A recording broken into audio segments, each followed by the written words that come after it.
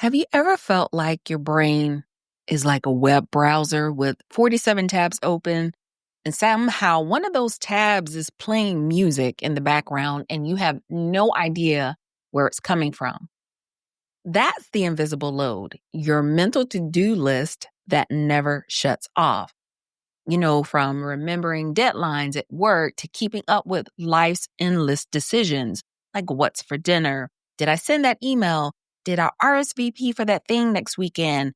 It's no wonder we feel exhausted before we even start our day. And the worst part, no one really talks about it. But today we are. Hey there, friends. Welcome back to Work It, Live It, Own It, your go-to place for learning how to thrive in both life and career. I'm Sekola Lair, your work-life harmony strategist, and today we're diving into something that's probably running your life without you even realizing it, and that is the invisible mental load. And so if you've ever found yourself standing in the kitchen, like I have, staring at the fridge, too mentally drained to decide what to eat, this episode is for you because we're going to take a walk and talk about what is the invisible load, how it's secretly wearing us down, and most importantly, how to lighten it so you can actually breathe. So some of the main points that we're going to talk about today is what exactly is the mental invisible load, how decision fatigue can creep in, and how we can actually lighten our mental load. So let's start off with what is the invisible load? It's all the tiny, never-ending decisions and the reminders and mental juggling acts we do every single day. Think about it. If you're a teacher, you're not just teaching, you're planning lessons, keeping up with emails. And sometimes that means getting up extra early in the morning before you take care of yourself and your family to answer emails. I've had school counselors who've done this. Or remembering what students need extra help in and mentally preparing for that meeting with the principal.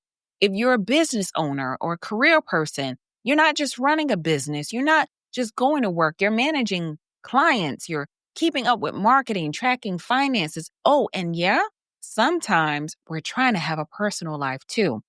And it's all unseen work that adds up. And it's because it's invisible and we don't always acknowledge how exhausting it really is. And this is how decision fatigue creeps in. What I mean by that is if you've ever catch yourself spending an hour just scrolling on a streaming platform only to give up and watch an episode that you've watched for 100th time, that's decision fatigue. And your brain only has so much energy for making choices. So the more you use up on small decisions to what to wear, what to eat, what task to tackle next, it's harder to get to make the big important choices and decisions in your life. And here are some signs that will help you to indicate whether you're suffering from decision fatigue. You're constantly second guessing yourself. You procrastinate because even simple tasks feel overwhelming. You're irritable for no reason.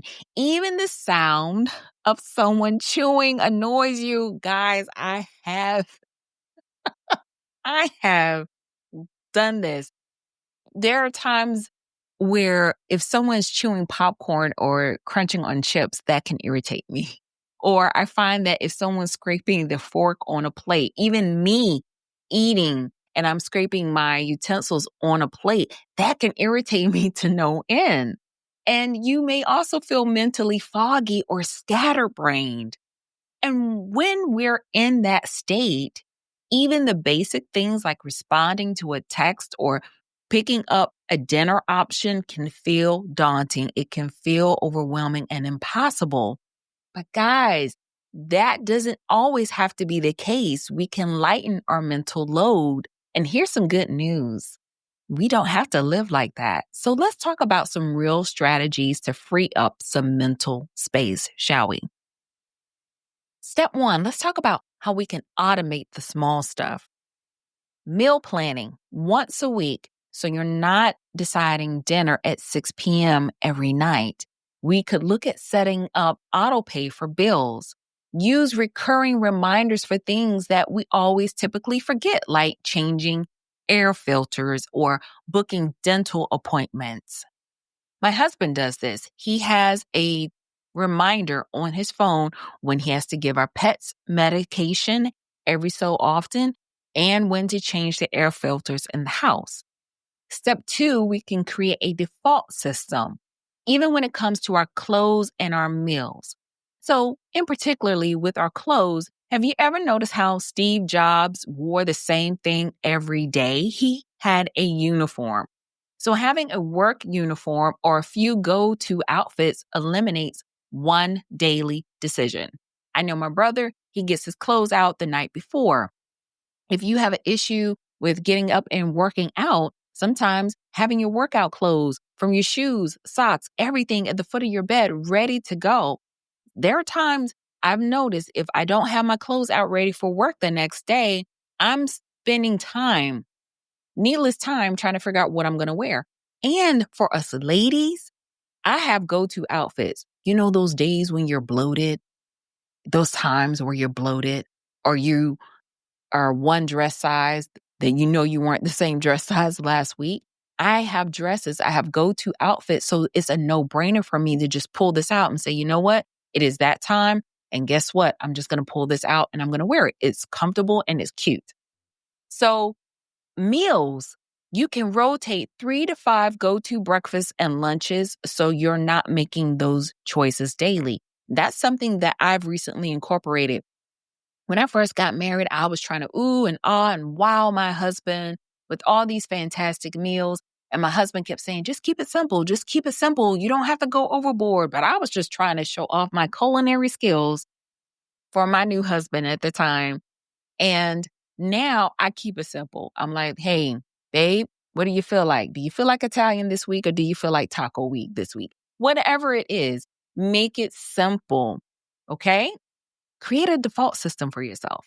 Then batch your tasks. So instead of checking your email 10 times a day, block out 2 times to respond. So for me, I check my email at 9 a.m., 12 p.m., and 3 p.m. And that way, I have specific times where I am responding to emails.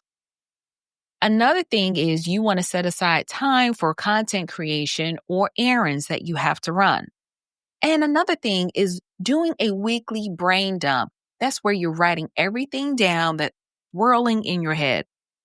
A lot of times, what can keep us up and awake at night or disturb our restful sleep is because we have so much rolling around in our heads that we don't actually take time to actually take the stuff that's in our head and put it on paper. And I tell you, I feel so much better when I'm able to get thoughts out of my head and onto paper. The next one is share the mental load. If you live with a partner, family, or roommates, stop being the only one trying to keep track of things. Use a shared calendar or a list so responsibilities are visible to everyone and they're not just sitting in your head. If you have children and they are old enough to do chores, even if they're little ones, they're toddlers, okay, if you take out your toys and play them, let's look at your list. Did you put your toys away? That's something that you don't have to worry about doing. They have that list and you can just remind them, hey, what's on the list? Did you do your chores? Okay, this week, this person is vacuuming. This week, this person's doing laundry. You delegate. You share that mental load. And also for me and my husband, we have a shared calendar. So if we have appointments or events that's coming up, we have those things on the calendar. We check that calendar. We know, okay, and we approve that. We accept that on our calendar so we know what each other is doing. And even blocking off personal time for each other and for ourselves. Because ultimately, in the last step, you want to protect your energy. You want to have decision-free zones. You want to pick one day or time where you give yourself permission not to decide anything. Could that be on Sundays? Could that be on the evenings? It's your call. You do what you need to do where you have decision-free time for yourself. And you want to start your day with just 3 priorities, not 10, not 20, but 3. That way you can end your day feeling accomplished instead of overwhelmed. And so, just to give you personal insight on this, a while back, I found myself snapping at people over nothing. I wasn't mad. I call it being testy. That's a nice way of me saying I feel irritated. I'm irritable. I was feeling testy. And it was just because I was so mentally drained from juggling my career, my life, and other responsibilities. I had zero patience left. And so the moment that changed everything for me was one night I sat down and I dumped everything from my brain onto paper. And suddenly it wasn't just floating around in my head anymore. And so from then on, I made a simple rule. I do 3 top priorities per day. And alone, that gave me so much relief. And then, guys, the ultimate bottom line is it wasn't about doing less or being lazy. It was about stopping the mental clutter. And so I promise you guys, if you can do a brain dump and just focus on 3 priorities, I promise you it will work.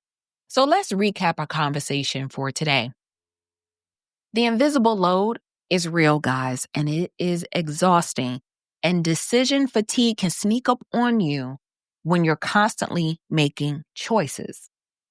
And you can lighten the load by automating, batching tasks, and sharing that mental weight with others in your life and in your home. And you can start small by eliminating one decision today. Maybe it's picking your outfit the night before or meal prepping on Sundays. Most importantly, give yourself grace. Again, you're not lazy and you're not failing. You're just carrying way more than you should have to. So if this episode hits home, send it to a friend who may feel overwhelmed and daunted by all the to-dos that they have to do because they probably need this too. And hey, I would love to hear your go-to strategies for managing mental overload. You can DM me on Instagram at Work It, Live It, Own It, and let's chat. So make sure you subscribe to Work It, Live It, Own It if you haven't already done so you never miss an episode that helps you reset, recharge, and take back your time. And until next time, keep working it, living it, and owning it in your everyday lives. Take care.